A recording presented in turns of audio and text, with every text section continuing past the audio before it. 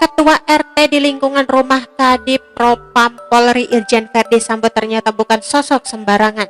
Pernah menjadi Jenderal Polri di era Soeharto, Seno Soekarto. Nama Ketua RT di lingkungan rumah Verdi Sambo mengungkapkan rasa kesalnya lantaran merasa tak dianggap dalam kasus baku tembak yang menewaskan Brigadir J pada Jumat 8 Juli 2022. Padahal Seno Soekarto merupakan mantan orang penting di Polri.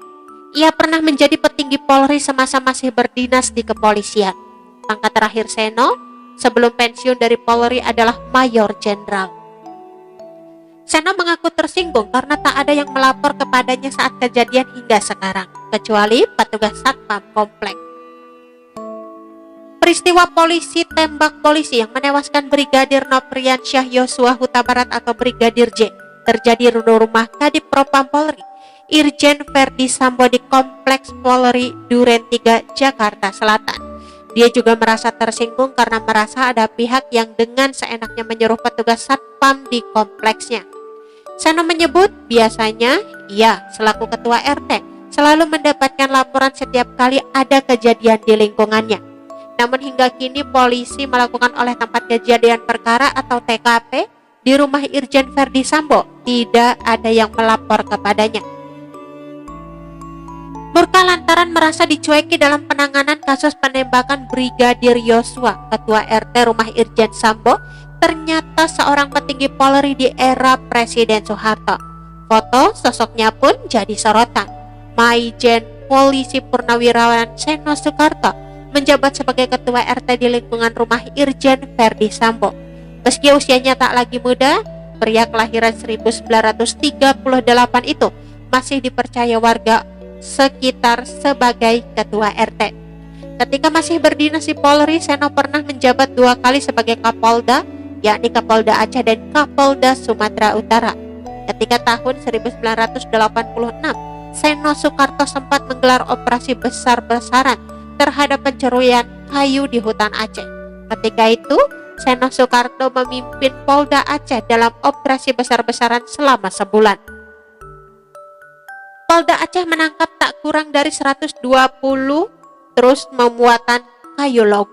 Dari jumlah itu bisa dipastikan 84 truk, 52 truk di Aceh Selatan dan 32 truk di Aceh Barat bermuatan kayu curian. Untuk itu polisi memberkaskan perkara 10 orang tersangka yang diduga telah menyuruh orang-orang desa menebang kayu secara liar. Pada tahun 1989 berkas perkara mereka dikirimkan ke kejaksaan. Menurut sumber Tempo, ke-10 orang itu telah mengirimkan kayu yang ditebang penduduk desa itu kepada bos mereka di Medan dan Sibolga.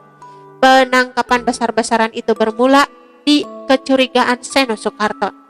Ketika dia bersama tim alap-alap dari Mabes Polri memberantas ladang ganja di Aceh pada awal April 1989.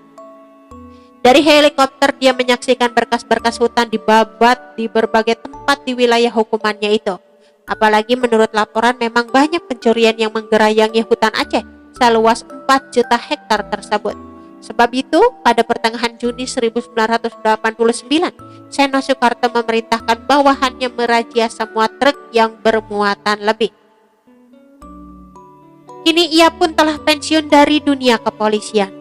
Namun tiba-tiba saja di wilayah yang dipimpinnya menjadi lokasi kasus polisi tembak polisi.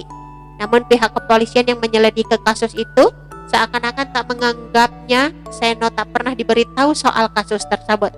Bahkan petugas keamanan kompleks yang seharusnya bertanggung jawab kepadanya diperintahkan oleh polisi yang tengah menyelidiki kasus itu untuk berjaga juga mengganti CCTV tanpa ada Oke teman-teman, itu sedikit berita dari channel Vlog Berita. Sampai ketemu lagi di berita-berita selengkapnya. Assalamualaikum, bye-bye.